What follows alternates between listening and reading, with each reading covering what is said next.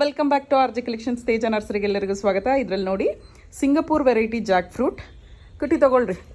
ತಾತ ಓಪನ್ ಮಾಡಿದ್ದಾರೆ, ಸೊ ತೊಗೊಂಡು ತಿನ್ನಿ. ಸೊ ನೋಡಿ ಯಾವ ರೀತಿ ತೊಳೆ ಬರುತ್ತೆ ಅಂದ್ಬಿಟ್ಟು. ಯೆಲ್ಲೋ ಕಲರ್ ಇದೆ, ಡಾರ್ಕ್ ಇಲ್ಲ, ಇದು ಲೈಟಿಶ್ ಯೆಲ್ಲೋ.